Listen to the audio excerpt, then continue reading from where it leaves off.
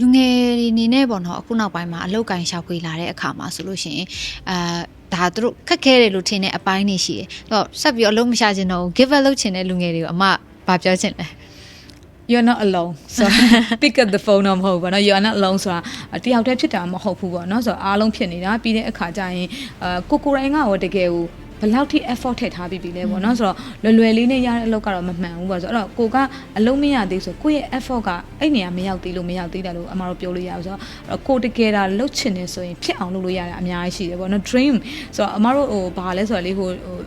no job is not limited ပေါ့နော်ဆိုတော့ job က limit ဖြစ်တာမဟုတ်ဘူးကွာအမတို့ small job မို့လို့အမတို့မလုပ်ချင်တာဆိုအမတို့ excuse ပေးတာပေါ့နော်ဆိုတော့အဓိကလူငယ်တွေပေးချင်တဲ့ဟာကကြတော့ဘယ်အလုပ်ကလေးကိုမှ big dream ရှိတယ်ဆိုရင် small job လေးနဲ့စပါဆိုတော့ဒါကအဓိကအမပေးချင်တဲ့ message ပေါ့နော်ဆိုတော့ you're not alone ဖြစ်တယ်ပြီးတော့အမတို့လုံနိုင်တယ်အများကြီးရှိတယ်ပေါ့ပြီးတော့လွယ်နဲ့ give up လုပ်လိုက်တယ်ဆိုရင်ကိုယ့်လိုပဲသူများလွယ်နဲ့ give up လုပ်တယ်ဆိုကိုဒီသူများရှေ့ရောက်လာမှာမဟုတ်ဘူးအဲ့တော့ကိုဒီသူများထက်ကောင်းတစ်လုံးသားခြင်းနဲ့သူများထက်သွားခြင်းနဲ့ဆိုရင်ကိုသွားမယ့်နေရာကိုရအောင်သွားပါအဲ့မှာဖြစ်လာတဲ့အခက်အခဲတွေအားလုံးမှတ်ထားပါအဲ့ညရောက်သွားပြီဆိုလှည့်ပြန်ကြည့်ပြီးကိုပြောလိုက်မင်းအရင်လုံနိုင်တာပဲဆိုတော့စိတ်ကလေးကိုတော့ထားစေချင်ပါတယ်ရှင်ဟုတ်